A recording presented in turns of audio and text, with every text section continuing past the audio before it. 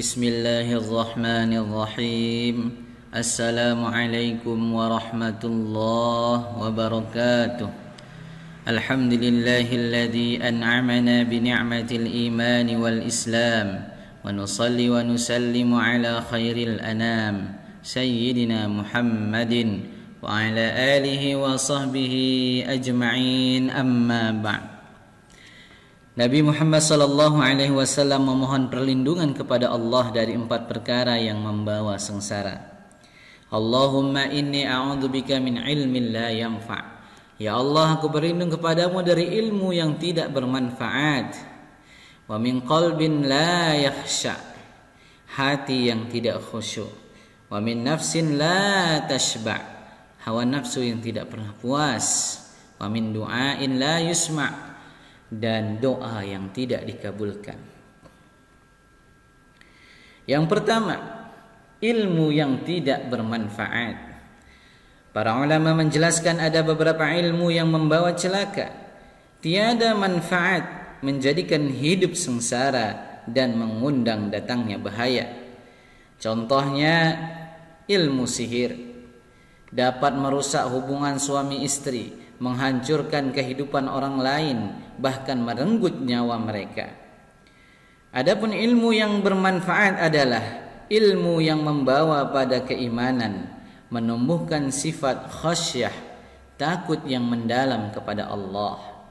Termasuk ilmu yang tidak bermanfaat adalah ketika suatu pengetahuan atau penemuan yang canggih malah disalahgunakan.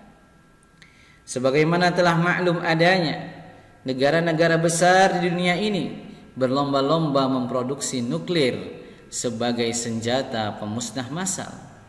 Reaksi nuklir yang dihasilkan mampu menghancurkan sebuah kota dalam hitungan detik. Sebagai pengamat, menganalisa bahwa jika perang dunia ketiga terjadi, kemungkinan akan menjadi akhir peradaban modern. Ketika para pemimpin negara berebut sumber daya, berebut pengaruh, berambisi menjadi negara adidaya, lalu mereka saling menyerang dengan meledakkan nuklir yang selama ini dikembangkan, maka hancurlah muka bumi ini akibat perbuatan manusia. Allah Subhanahu wa taala berfirman, "Zaharal fasadu fil barri wal bahr." Telah nampak kerusakan di darat dan di laut. Bima kasabat aydin nas, disebabkan karena perbuatan tangan manusia. Liyudhiqahum ba'dalladzi 'amilu la'allahum yarji'un. Allah menghendaki agar mereka merasakan sebagian dari akibat perbuatan mereka, agar mereka kembali ke jalan yang benar. Termasuk ilmu yang tidak bermanfaat ketika ia tidak diamalkan dan tidak diajarkan. Al-ilmu bila amalin kasyajarin bila thamarin. Ilmu yang tidak diamalkan ibarat pohon yang tidak berbuah, tiada bermanfaat bagi kehidupan. Imam An-Nawawi Al-Bantani dalam kitabnya Maraqi Al-Ubudiyah menjelaskan bahwa kedudukan ilmu ibarat pohon, buahnya adalah ibadah. Tak boleh ibadah dikerjakan tanpa landasan ilmu, dan orang yang sudah berilmu harusnya rajin ibadah, bukan malah sebaliknya, mencari-cari dalil untuk membenarkan kesalahan atau kemalasan dalam beragama. Semoga Allah melindungi kita dari ilmu yang tidak berguna, tidak diamalkan. Maka selain banyak-banyak membaca doa di atas, kita juga dianjurkan memohon agar dikaruniai ilmu yang berguna di setiap pagi sebelum beraktivitas.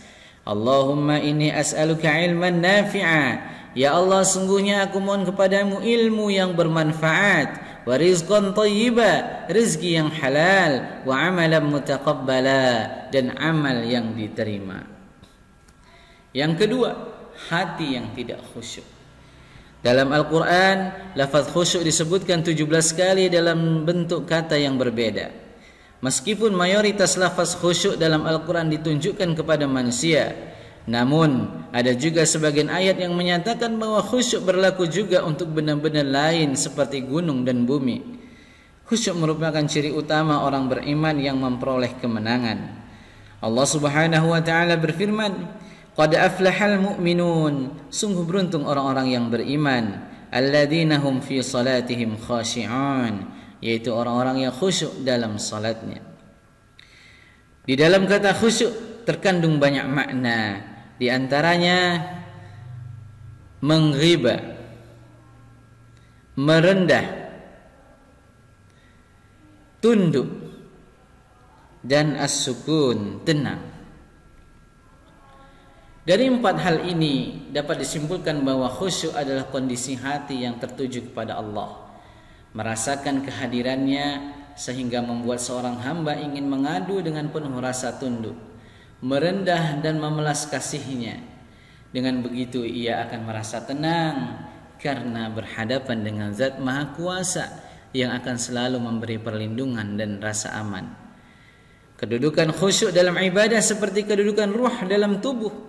Maka ibadah yang dilakukan tanpa rasa khusyuk ibarat jasad tak bernyawa. Tetapi makna khusyuk bisa diperluas, bukan hanya dalam ibadah yang sifatnya ritual.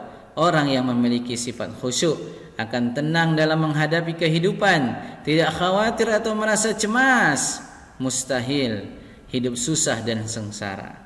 Orang yang khusyuk terhindar dari maksiat karena khusyuk meredam gejolak hawa nafsu. Maka kita berlindung kepada Allah dari hati yang tidak khusyuk, selalu cemas, khawatir dan bergejolak. Menurut Ibnu Qayyim, khusyuknya orang beriman ada di hati, berkonsentrasi memikirkan keagungan Allah. Sedang khusyuknya orang munafik hanya badannya yang tunduk tapi hatinya tidak. Na'udzubillah. Yang ketiga, hawa nafsu yang tidak pernah merasa puas. Kelanjutan dari doa poin di atas, timbul obsesi untuk mengejar dunia, lupa bersyukur dan mengabaikan akhirat karena manusia memang mempunyai watak serakah, selalu merasa kurang dan tidak merasa puas dengan harta yang mereka punya. Nabi SAW bersabda, "Lau anna li bani Adam wadiyan min dhahabin, ahabba an yakuna lahu wadiyani." Seandainya seorang anak Adam memiliki 1 lembah emas, tentu ia menginginkan 2 lembah lainnya. Walan yamla'a fahu illa turab.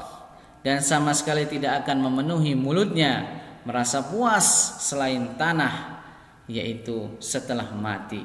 Wa yatubullahu ala man tab, dan Allah menerima orang-orang yang bertobat. Jika 3 poin di atas berkumpul pada diri seseorang, maka dia akan menghalalkan segala cara demi mewujudkan ambisinya. Na'udzubillah. Yang terakhir, doa yang tidak didengar. Perkara yang membawa sengsara terakhir adalah doa yang tidak didengar.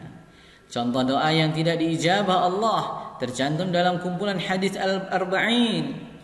Disebutkan dalam hadis tersebut bahwa seorang hamba berdoa kepada Allah dan ia berada dalam kondisi safar, salah satu di mana tempat dikabulkannya doa atau tempat mustajabnya doa, tetapi Allah tidak mau mendengar keluh kesahnya lantaran makanan, minuman, serta pakaian yang dikenakannya berasal dari yang haram. Itulah 4 perkara yang membuat hidup menderita, penuh kesengsaraan. Semoga kita terhindar dari 4 perkara yang membawa sengsara tersebut. Wallahu a'lam bishawab. Wabillahi taufiq wal hidayah wa ridha wal inayah. Wassalamualaikum warahmatullahi wabarakatuh.